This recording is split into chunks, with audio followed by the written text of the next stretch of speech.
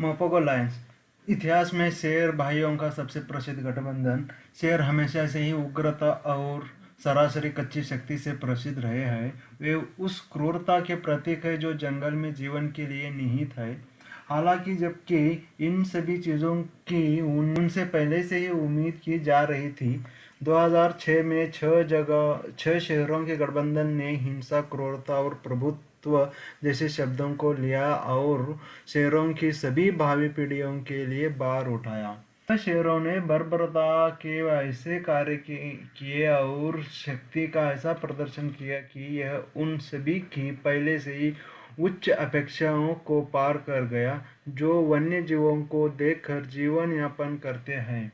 शेरों के बारे में सबसे अधिक पढ़े लिखे विशेषज्ञ भी कभी भविष्यवाणी नहीं कर सकते थे कि सिर्फ 6 शेरों का गठबंधन एक दिन 170,000 एकड़ में फैले क्षेत्र को नियंत्रित करेगा।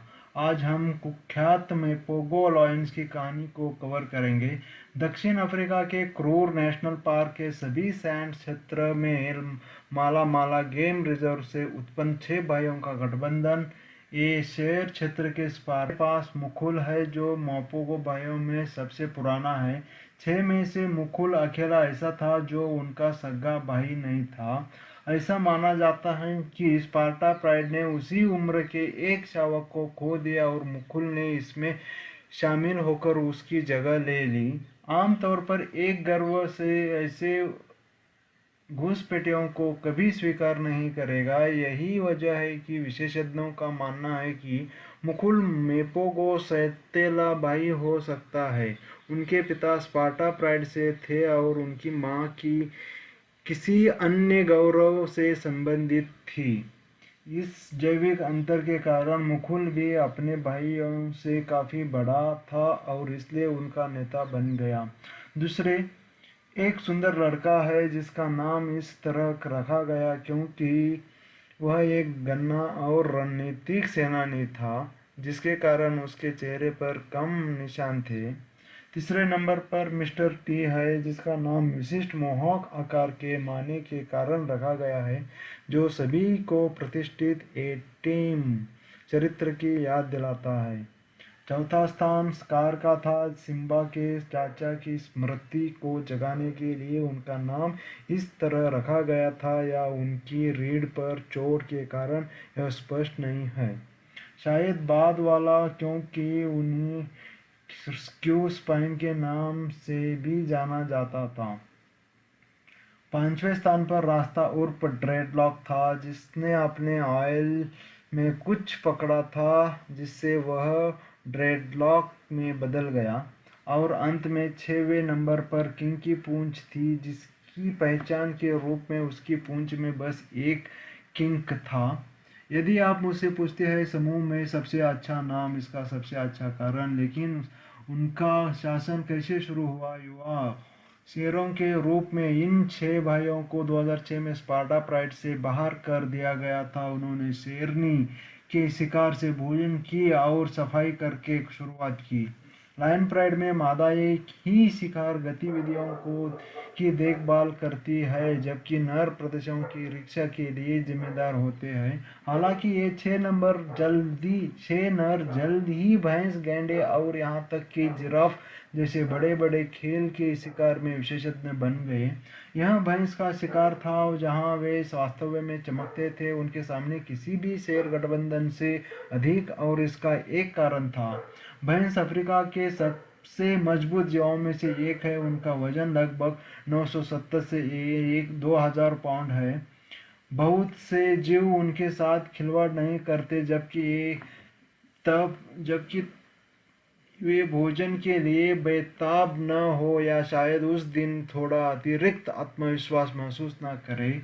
मादा शेर, जिनका वजन केवल 270 पाउंड है, बफेलो से मुकाबला करने में मुश्किल होती है, और अगर उनके पास कोई दूसरा विकल्प है तो वो एक के लिए नहीं जाएंगे। हालांकि यह गठबंधन पूरी तरह से 420 पाउंड वजन वाले पुरुषों से बना था।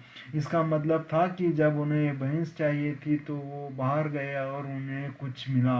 शिकारी विशेषज्ञ डैन साल्मोनी के अनुसार भैंस का शिकार करने की उनकी आदत अंततः उनकी सफलता का मुख्य कारण बन गई। आप जानते हैं कि अगर आप बड़ा और मजबूत बनना चाहते हो तो आपकी माँ आपको हरी सब्जियां खाने के लिए कैसे कहती है। खैर शेरनी अपने इस बच्चों को इसी वजह से काली भैंस खाने को कहती है। मोपोगो इस क्षेत्र के कुछ सबसे बड़े और सबसे मजबूत शेर बन गए। बड़े खेल का शिकार करते समय मोपोगो हमेशा एक साथ काम करता था। मुकुलो हमले के निर्देशक थे, लेकिन यह मिस्टर टी और किंकी टेल ही थे जो शो के सितारे थे।